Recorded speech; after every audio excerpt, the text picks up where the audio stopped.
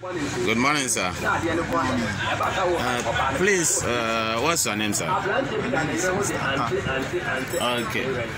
Sir, please, what do you do? Which work do you do? Thank you very much. I learned they are saying, the union is saying that they are going to increase lorry fare today because of the amount they are buying the fuel at nowadays. So what do you think about it? Is it going to take effect today or not? Okay, we heard about the increment, but we are under tribunal, so we are waiting for them to give us go ahead. We are waiting for them to give us go ahead because the fuel there, we know they have increased the fuel. So no matter how this we have to increase the So whatever the union will decide and they let you know, you also increase it.